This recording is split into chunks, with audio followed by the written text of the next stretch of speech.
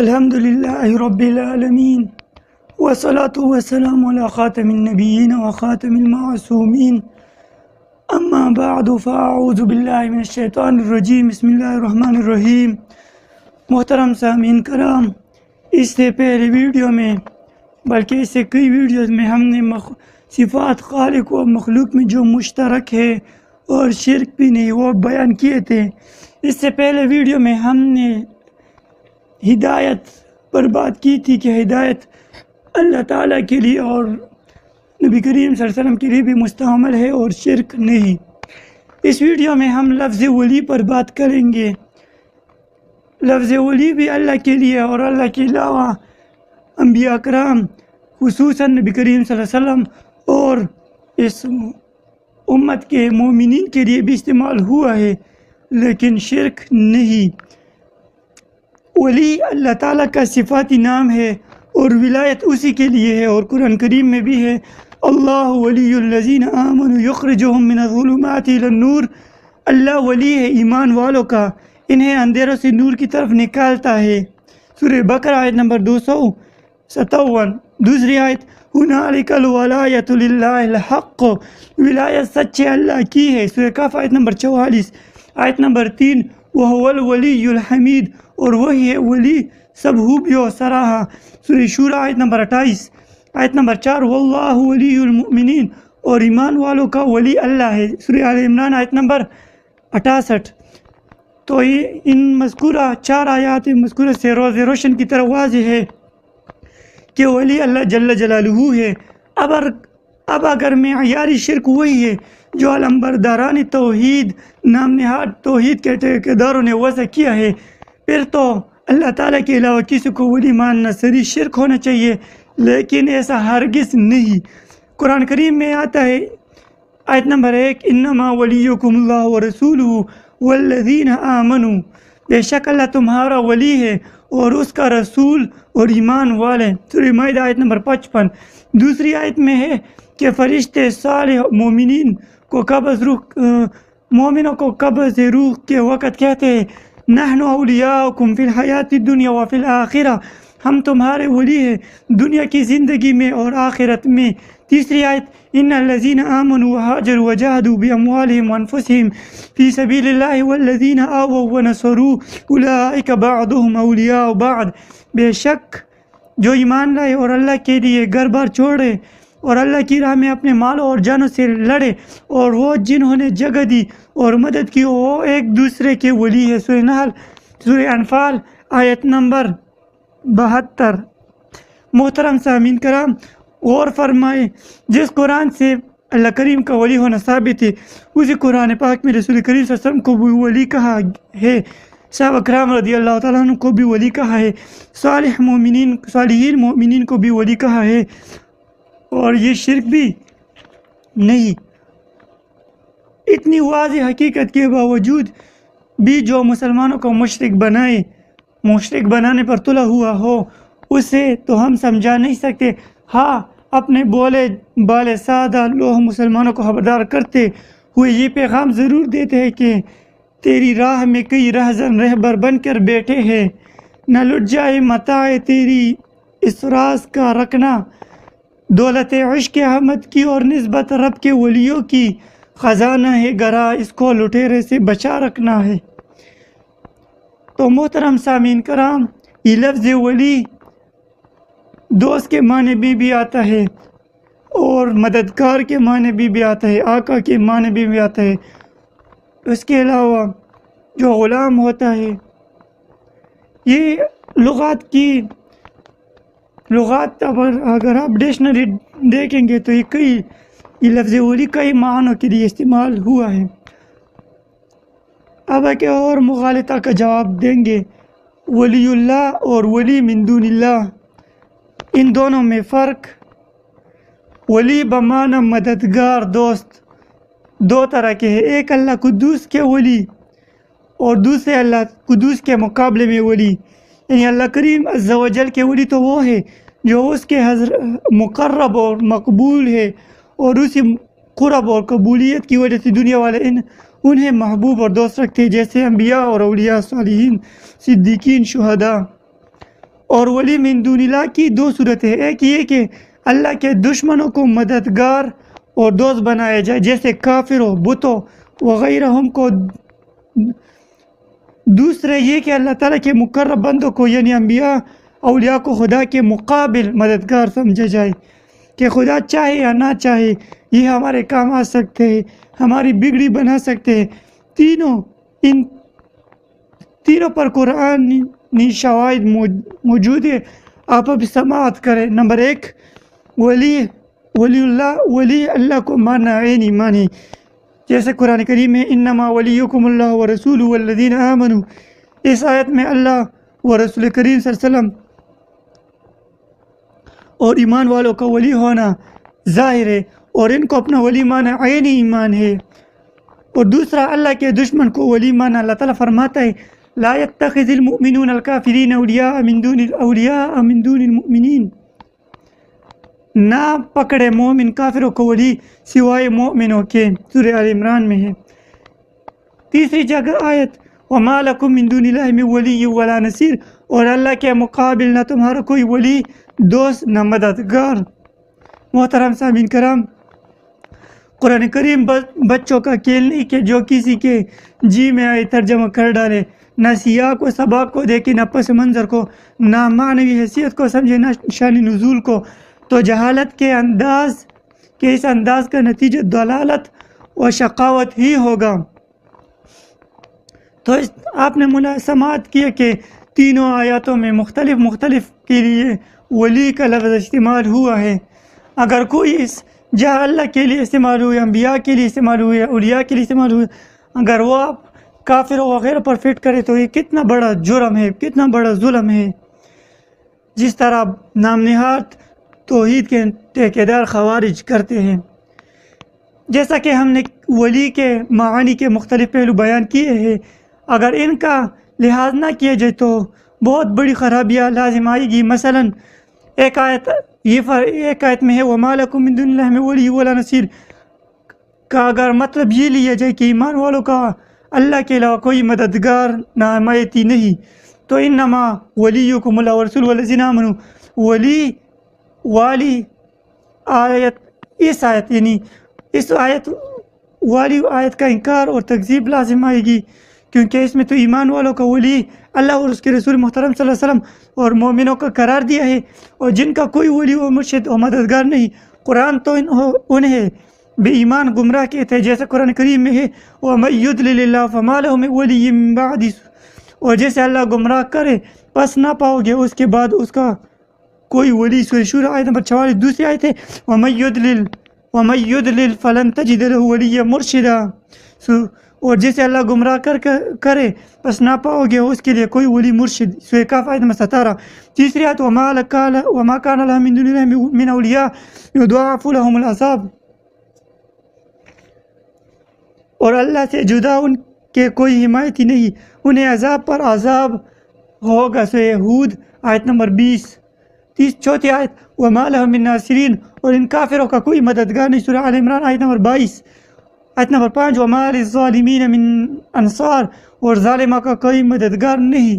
سورہ بقرہ آیت نمبر 27 آیت نمبر 6 وَمَن يَلْعَنِ اللَّهُ فَلَن تَجِدَ لَهُ نَصِيرًا، اور جس پر خدا لعنت کرے اس کا کوئی مددگار نہ پاؤ گے۔ سورہ نساء آیت نمبر 52 آیت نمبر 7 وَأَمَّا الَّذِينَ اسْتَنكَفُوا وَاسْتَكْبَرُوا فَيُعَذِّبُهُمْ عَذَابًا أَلِيمًا وَلَا يَجِدُونَ لَهُم مِّن دُونِ اللَّهِ وَلِيًّا وَلَا نَصِيرًا، اور وہ جنہوں نے نفرت اور تکبر کیا انہیں دردناک سزا دے گا، اور وہ اللہ کے سوا نہ کوئی اپنی حمایتی پائے گے اور نہ مددگار۔ سورہ نساء آیت نمبر 173 آیت نمبر 8 وَإِن يَتَوَلَّهُمْ يُعَذِّبْهُمُ اللَّهُ عَذَابًا أَلِيمًا فِي الدُّنْيَا وَالْآخِرَةِ وَمَا لَهُمْ فِي الْأَرْضِ مِن وَلِيٍّ وَلَا نَصِيرٍ، اور اگر منہ پھیرے تو اللہ انہیں سخت عذاب کرے گا دنیا و آخرت میں، اور زمین میں ان کا کوئی حمایتی اور مددگار نہ ہوگا۔ سورہ توبہ آیت نمبر 74 آیت نمبر 9 وَمَن يُضْلِلْ فَلَن تَجِدَ لَهُم أَوْلِيَاءَ مِن دُونِهِ وَنَحْشُرُهُمْ يَوْمَ الْقِيَامَةِ عَلَىٰ وُجُوهِهِمْ عُمْيًا وَبُكْمًا وَصُمًّا، اور جسے گمراہ کرے اللہ تو ان کے لیے اس کے سوا کوئی حمایت کرنے والا نہ پاؤ گے، اور ہم انہیں قیامت کے دن ان کے منہ کے بل اٹھائیں گے، اندھے، گونگے اور بہر۔ سورہ بنی اسرائیل آیت نمبر 97 آیت نمبر 10 وما للظالمین من نصیر، اور ستمگاروں کا کوئی مددگار نہیں سورہ حج آیت نمبر 71۔ آیت نمبر 11 ومأواکم النار وما لکم من ناصرین، اور تمہارا ٹھکانہ جہنم ہے اور تمہارا کوئی مددگار نہیں سورہ عنکبوت آیت نمبر 25۔ آیت نمبر 12 والظالمون ما لهم من ولی ولا نصیر، اور ظالموں کا نہ کوئی دوست اور نہ مددگار سورہ شورى آیت نمبر 8۔ آیت نمبر 13 فمن یہدی من اضل اللہ وما لهم من ناصرین، تو کون ہدایت کرے گا جسے خدا نے گمراہ کیا اور ان گمراہوں کا کوئی مددگار نہیں سورہ روم آیت نمبر 29۔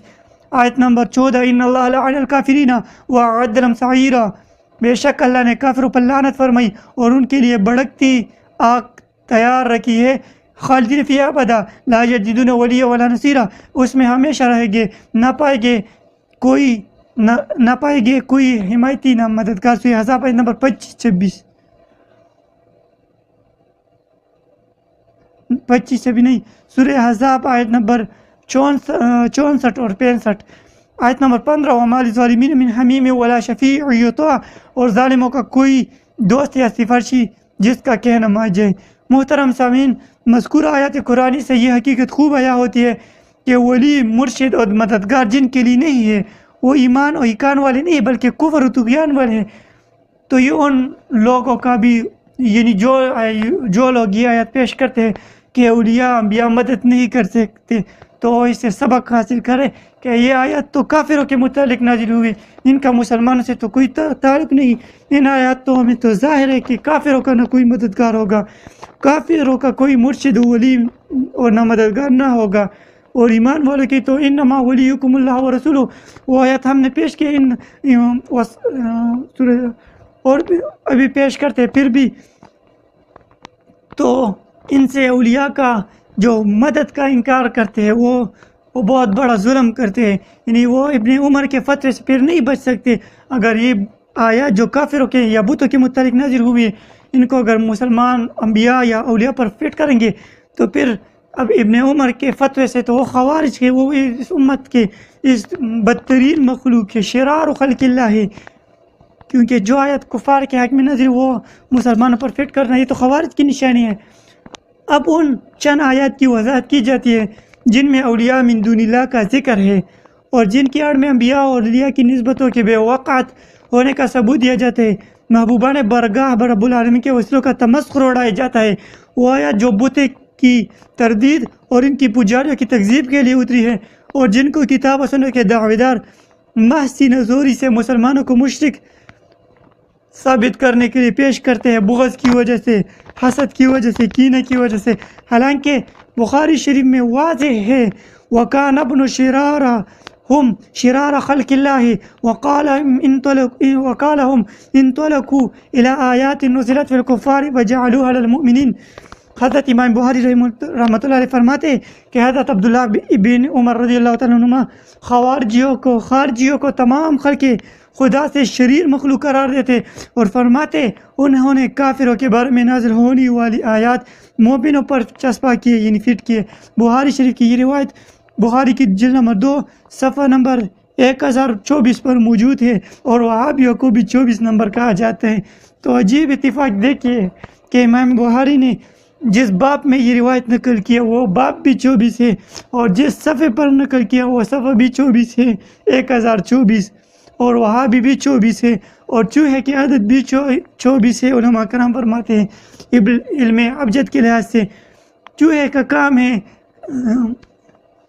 ان چیزوں کو خراب کرنا، چیزوں کو تراشنا، چیزوں کو کاٹنا، اور وہابیوں کا کام ہے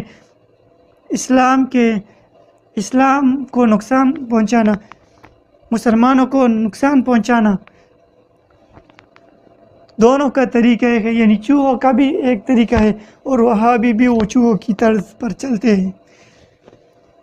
تو ابن عمر کے فتوے سے یہ وہابی حضرات، یہ خوارج ہے دیابینا جو یہ آیات مسلمانوں پر فٹ کر وہ بھی اس فتوے کے نیچے آتے ہیں۔ جو بھی اس فتوے کو، یعنی جو بھی یہ آیات جو کافروں کے متعلق نازل ہوئی ہے ان کو مسلمانوں پر فٹ کرتے ہیں تو وہ ابن عمر کے فتوے سے نہیں بچ سکتے، بلکہ ان پر خوارج کا فتویٰ لگتا ہے۔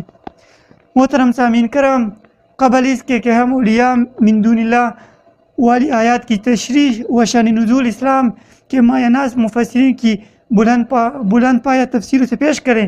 انشاءاللہ وہ ہم کل انشاءاللہ پیش کریں گے کہ ان کی تفاسیر میں علماء نے کیا فرمایا، محدثین مفسرین نے کیا لکھا ہے. تو انشاءاللہ وہ ہم کے سامنے کل پیش کریں گے. مناسب سمجھتے اس سے پہلے کہ مسلمانوں پر شرک کے فتوے صادر کرنے والوں کے بارے میں فیصلہ نبوی علیہ صاحب صلاۃ والسلام پیش کرے کہ جو مسلمانوں کو مشرک کہتے ہیں، بات پر شرک کا فتویٰ لگاتے، ان کے بارے میں ہمارے آقا و مولا محمد عربی صلی اللہ علیہ وسلم نے کیا فرمایا ہے وہ آپ کے سامنے پیش کرتے ہیں. علامہ حافظ اماد الدین اسماعیل بن کثیر دمشقی متوفہ 774 ہجری، یہ شاگرد ہے ابن تیمیہ خارجی مجسمی کا. علامہ ابن کثیر نے اپنے مشہور معتبر تفسیر ابن کثیر میں اس آیت کے نیچے وَاتْلُ عَلَيْهِمْ نَبَأَ الَّذِي آتَيْنَاهُ آيَاتِنَا فَانْسَلَخَ مِنْهَا فَأَتْبَعَهُ الشَّيْطَانُ فَكَانَ مِنَ الْغَاوِينَ. سورہ اعراف کی آیت نمبر 75. اس کا ترجمہ ہے، اور اے محبوب انہیں اس کا حال سناؤ جیسے ہم نے اپنی آیتیں دی تو وہ اس سے صاف نکل گئی، پس شیطان اس کے پیچھے لگا تو گمراہ سے ہو گیا.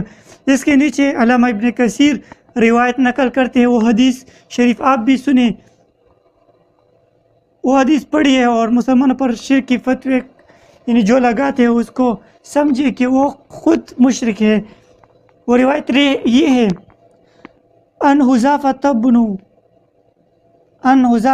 الیمان رضی اللہ تعالی عنہ قال رسول اللہ صلی اللہ علیہ وسلم انا مما تخوف علیکم رجل قرأ القرآن حتى اذا رویت بہجته علیہ وکان ردواء الاسلام اعتراه الى ما شاء الله انسلخ منه ونبذه وراء ظهره وسعى على جاري بالسيف ورماه بالشرك. قال قلت يا نبي الله أيهما أولى بالشرك المرمي أو الرامي؟ قال بل الرامي. حضرت حذیفہ بن یمان رضی اللہ تعالیٰ عنہ نے بیان فرمایا کہ رسول کریم صلی اللہ علیہ وسلم نے فرمایا کہ مجھے تم پر اس شخص کا ڈر ہے جو قرآن پڑھے گا، جب اس پر قرآن کی رونق آ جائے گی اور اسلام کی چادر اس نے اوڑھی لی ہوگی تو اسے اللہ جدھر چاہے گا بہکا دے گا اور وہ اسلام کی چادر سے نکل جائے گا اور اسے اوپر سے پشت ڈال دے گا اور اپنی پڑوسی پر تلوار چلانا شروع کر دے گا اور اس پر شرک تانے مارے گا. روی کہتے ہیں میں نے کہا اے اللہ کے رسول، شرک کا زیادہ حقدار کون ہوگا، جس پر شرک کی تہمت لگائی جائے گی یا شرک کی تہمت لگانے والا؟ تو آپ صلی اللہ علیہ وسلم نے فرمایا بلکہ شرک کی تہمت لگانے والا شرک کا زیادہ حقدار ہوگا، یعنی جو شرک کا فتویٰ لگاتا ہے وہ خود مشرک ہوگا، جس پر لگایا جا رہا ہے وہ مشرک نہیں ہوگا. محترم سامعین کرام، اس حدیث کے ایک جملے کو غور سے پڑھیے، اندازہ فرمائے کہ مخبر صادق نبی کریم صلی اللہ علیہ وسلم نے وما کان وما یکون کی خبریں رکھنے والے آقا صلی اللہ علیہ وسلم نے کس طرح فتویٰ شرک کی حقیقت سے نقاب اٹھایا اور واضح فرمایا کہ مجھے اس شخص سے خوف ہے جس نے اسلام کا اوڑھنا بچھونا بن چکا ہوگا، مگر وہ بے دین گمراہ ہو کر مسلمانوں پر شرک فتوے لگائے گیا. جس طرح محمد بن عبد الوہاب نجدی خارجی نے مسلمانوں کو شہید کیا، بے شمار مسلمانوں کو ایک دن میں تقریباً 4000 یا رسول اللہ کہنے والوں کو اس خبیث نے شہید کر دیا اور مسلمانوں کو یا رسول اللہ کہنے پر شرک کے فتوے لگائے، جو اسلاف کا طریقہ ہے. صحابہ، تابعین، تبع تابعین، اولیاء کرام، محدثین، مفسرین، اب تک کہ اہل سنت و جماعت کا یہی عقیدہ ہے اور قیامت تک رہے گا. انہوں نے مسلمانوں کو مشرک کہا، کافروں کو چھوڑا اور بے شمار مسلمانوں کو شہید کر دیا اس خبیث وہابی نے. تو شاید آج علم غیب کا انکار اس شد و مد سے اسی وجہ سے کیا جاتا ہے کہ اگر مکان و میکون کا علم مان لیا جائے تو ماننا پڑے گا کہ مسلمانوں کو مشرک کہنے والے خود مشرک ہیں، کہ ایک طرف توحید کا یہ پرچار کہ اللہ کے علاوہ کسی سے مدد لینا حرام و ناجائز، مگر جب مدد مانگنے کی باری آئی تو کعبے کے متولی ہونے کے باوجود امریکہ، برطانوی اور دیگر کفار ممالک سے مدد مانگ لے اور پھر مانگتے ہیں، پھر شر نہیں ہوتا پھر ان کو یہ آیاتیں نظر نہیں آتی، جب خود کسی مشکل میں پھنس جاتے ہیں تو یا پولیس المدد کہتے ہیں، پھر شرک نہیں ہوتا۔ یعنی اللہ تعالیٰ کے مقبول اور بندوں سے استمداد شرک، اور شیطان کے محبوب اور پسندیدہ لوگوں سے استمداد ایمان۔ یہ کیسا ایمان ہے، یہ کیسا دور معیار ہے۔ حالانکہ آقا صلی اللہ علیہ وسلم نے خود فرماتے ہیں ما اخاف علیکم ان تشرکوا من بعدی، کہ مجھے تمہارے بارے میں یہ خوف نہیں کہ تم میرے بعد مشرک ہو جاؤ گے۔ ہمارے آقا و مولا نے فرماتے کہ مجھے اپنی امت کے شرک ہونے کا ڈر نہیں، لیکن کتاب و سنت کے دعویدار برمالا کہتے ہیں کہ جس نے یا رسول کہہ دیا وہ بھی مشرک، جس نے یا علی کہہ دیا وہ بھی مشرک، جو اللہ کے محبوب بندوں کے مزارات پر چلے گئے وہ بھی مشرک، کان سامنے رکھ کر کلمات طیبات پڑھ کر اسے ثواب کرے تو بھی مشرک۔ اشرف علی تھانوی نے کہا ہے کہ اگر کوئی سہرا پہنے تو مشرک۔ تو یہ کیسے شرک کے ٹھیکیدار بنے ہیں، کیسے شرک کی مشینیں، جو شرک نہیں ان چیزوں کو شرک کہا ہے۔ اسماعیل دہلوی قتیل نے بھی اپنی خبیث ترین کتاب تفیہۃ الایمان میں بھی جگہ جگہ مسلمانوں کو مشرک کہا ہے۔ محترم سامعین کرام، ان فتوے بعضوں کی تندی اور تیزی کو دیکھے اور تفسیر ابن کثیر والی حدیث بھی سنے جو ہم نے پیش کیے کہ جو کسی پر شرک کا فتویٰ لگائے وہ خود مشرک بن جاتا ہے اگر وہ مشرک نہیں ہوگا۔ جس پر لگائے جا رہا ہے وہ اگر مشرک تو وہ خود مشرک بن جائے گا۔ تو جس میں نبی کریم سے فرماتے ہیں کہ مسلمان پر شرک کے الزام لگانے والا خود شرک کا زیادہ حقدار ہے۔ ایک شاعر نے کیا خوب فرمایا، ارے باغ باغ بجلیوں کو بلا کر گلشن پہ شعلے گرا دے تو نے، اخلاص و احلاس کی اڑ لے کر تباہی کے سما پہ لا دیے تو نے۔ تو ان بدعقیدہ حضرات نے اپنی میٹھی میٹھی زبانوں سے عام مسلمانوں کو گمراہ کر دیا بے شمار، اور خود آگ لگاتے ہیں جب ہم انہی آگ کو بجھانے کی کوشش کرتے ہیں، یعنی اپنی کتابوں میں بے ادبیاں کرتے ہیں، گستاخیاں کرتے ہیں۔ جب ہم اسی بے ادبیوں کا رد کرتے تو پھر یہ کہتے ہیں کہ تم فساد پھیلا رہے ہو، تم یہ کر رہے ہو، آگ خود لگائی۔ اور جب ہم اسے بند کرنے کی کوشش کرتے تو پھر اسی جن کا یہ حق ہے، جن کا یہ کام ہے کہ آگ بند کرنا، نبی کریم صلی اللہ علیہ وسلم کی پیاری امت کو ان خبیثوں سے بچانا، جن کا کام یہ ہے، پھر اسی پر فسادی کا فتویٰ لگائے جاتے۔ تو یہ انشاءاللہ جب آنکھیں بند ہوگی پھر فتویٰ لگ جائے گا کہ حشر کو ہوگا یہ معلوم کہ جیتا کون ہارا کون۔ ہم سوئے حشر چلے گے شاہ ابرار کے ساتھ، اور قافلہ ہوگا روا قافلہ اس ارار کے ساتھ۔ تو انشاءاللہ کل ہم انشاءاللہ جو جتنے آیات گزرے ہیں نا، غالباً 15 آیات آپ کے سامنے پیش کیے تھے کہ اولیاء من دون اللہ، تو ہم کل اس کے تفاسیر سے پیش کریں گے کہ ان سے کون مراد ہے، ان سے مسلمان انبیاء یا صحابہ یا اولیاء مراد ہے کہ یا کفار بت وغیرہ مراد ہے۔ انشاءاللہ کل آپ، اور جتنے بھی یہ ویڈیو ہم اپلوڈ کرتے ہیں تو اس کو پلے لسٹ میں ترتیب کے ساتھ سنیے تو فائدہ ہوگا۔ اگر آپ اس کو الٹا سنیں گے تو پھر اس طرح آپ کو مزہ بھی نہیں آئے گا اور آپ کو سننے میں بھی اس طرح فائدہ نہیں ہوگا۔ اگر آپ ترتیب سے سنیں گے تو پھر آپ کو بہت علمی مواد حاصل ہوگا، کیونکہ ہم نے ان ویڈیو کو ترتیب وار اپلوڈ کیے ہیں۔ تو ملتے ہیں اگلی ویڈیو میں، تب تک کے لیے السلام علیکم ورحمۃ اللہ۔